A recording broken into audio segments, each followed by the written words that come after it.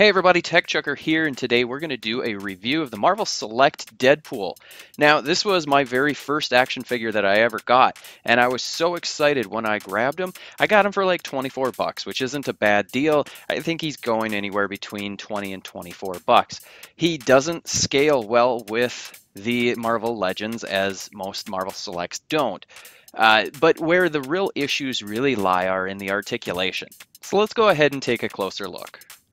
Alrighty, folks. So the articulation on this figure is actually the most disappointing piece of it.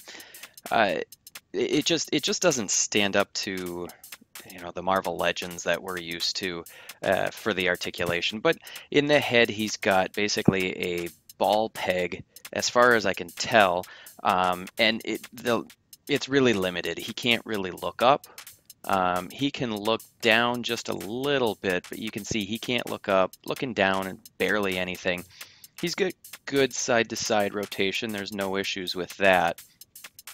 And then there is just a tiny bit of tilt, but you can kind of see it doesn't always hold its position. You just kind of have to get that in the right spot. In the shoulders, he's got a ball hinge in his shoulder, and he can get his arm out a little bit, not as much as I'd like. Full rotation of that arm, which is good. There is no upper bicep swivel, which would have been nice. And he's got a single jointed or single hinge in his elbow, and he doesn't even get 90 degrees on that, which is disappointing. In the wrist, he's got a peg joint, and that's about it. And the right one is really loose on it. You can see there's a big old gap there.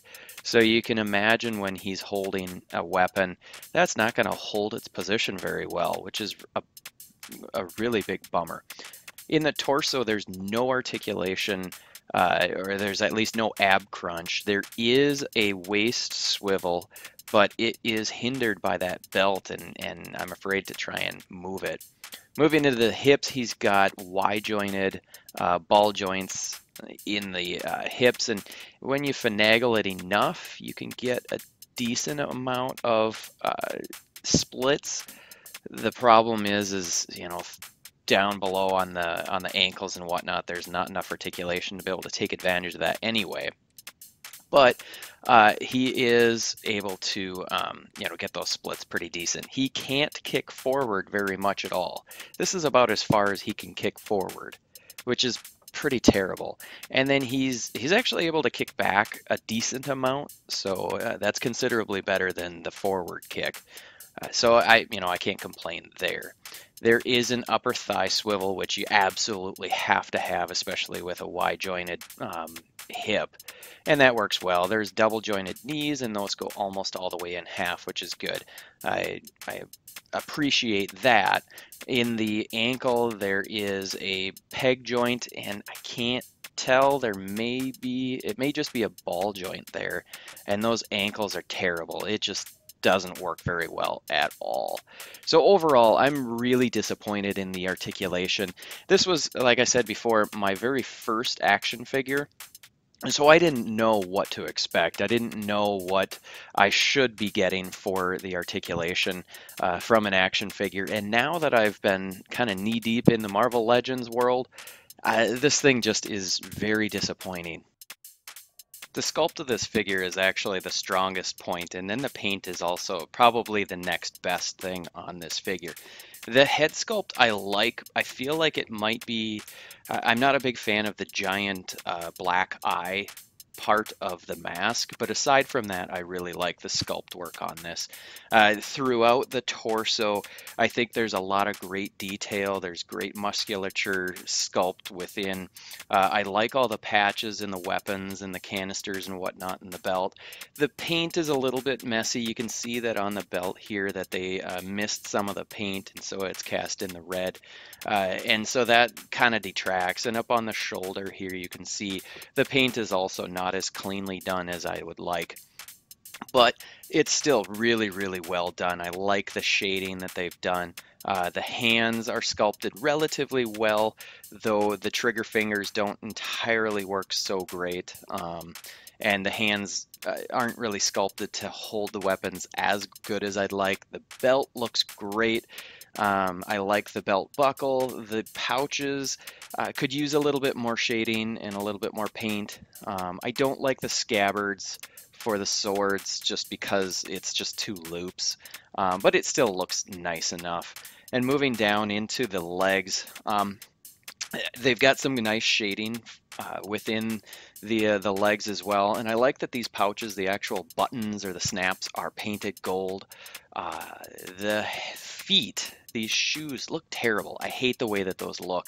They just look really stupid. Number one, there's no laces or anything on them, but they just look really weird. I don't know. They just look like maybe your grandma's loafers that she might wear. So I don't know. I mean, I can get past that. I really like the sculpt overall. This is a 7-inch, roughly a 7-inch figure, so it does not scale with any of your Marvel Legends. So he's not going to fit in with any of those. So I would say in terms of sculpt and paint, it's really, really good. Most of it is above and beyond what we typically see in a Marvel Legend, but there still are some issues with it. All right, so accessories. This Deadpool comes with quite a few accessories, and when I first got them, I thought the accessories were amazing, and they are still quite good, but there are some issues. So let's start off with these two swords. He's got, these swords are sculpted really, really well. They're very, very long. I feel almost like they're a little too long, but they're sculpted very nicely. The paint is decent. It's a little messy. You can see that there's a little bit of black on the blade right above the hilt. And some of the gold isn't painted as cleanly as I would like. They do fit into these loops really, really well, and they hold very well. So I'm really happy with that. He then comes with these two pistols, and they're sculpted really nicely, but I wouldn't say that they're painted that nicely. And they fit pretty well into his holsters, though they are a little hard to get out. But you can see here there's really nice sculpt detail on these, and the paint for the most part is pretty good.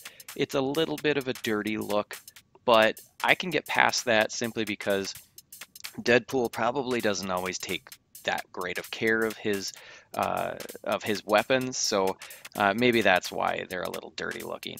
But he can hold the pistols pretty well, and actually, I think I misspoke before. His finger does fit in the trigger guard pretty well. So in that respect, the sculpt of the hand is really good, as is the sculpt of the pistol itself. Moving on, he's got two sais, and these are fairly big. They're sculpted really well. I like the handles; those are sculpted nicely. The paint is nice. I do wish that there was a little bit more paint or a little bit of shading within the handles. Here's where they don't fit so great in his hands. You can see that there's a lot of gap and a lot of play in those. And then with that really loose hand, it just is kind of loose and it may fall out. So I like to actually put these sais into his holster when he's holding the pistols. That way then he can still be holding these weapons, which is pretty cool. Now he also comes with this machine gun, and I like the sculpt a lot. I hate the paint. It's really terrible paint. It's super messy, and it doesn't give that used feel like the pistols do. And he's also not really able to hold this very well in a natural shooting position, mainly because of the articulation and also because of the loose joints. He just can't hold it very well and make it look natural. And that really is coming down to not so much an accessory issue as it is an articulation issue. So the gun is nice, but it just doesn't look all that great when he's holding it. The last thing that he comes with is his base, or this little diorama base, and this is really cool. It's very small. You know, it doesn't actually come up to his full height, but it's this little half wall that you can see a bunch of bullet holes in it. It's painted really nicely. It's sculpted really well. You can see on the base or on the floor, you can actually see the spent bullet casings, and it just looks looks really cool. It's a really nice piece to come with this action figure, and I actually kind of like the diorama almost more than I like the action figure itself. So it is worth getting just for this diorama piece, I would say. This is not a must-have action figure. It really would have been better if it was just a statue and they had actually sculpted it into a nice action pose. The articulation is almost useless, so you're just going to be posing him standing straight up. But if you're a huge Deadpool fan and you know you're probably going to want to have everything Deadpool anyway, it's pretty cheap, so go ahead and get it. Just know that you're going to not be happy with the articulation on this figure. The diorama may be worth just go ahead and buy this for that little piece, but in the end, you could probably build something just as nice yourself. Alrighty, folks, I hope this was helpful. Make sure you hit like. Also, go ahead and subscribe to my channel, and until next time, I will see you later. Textures Brain Blast.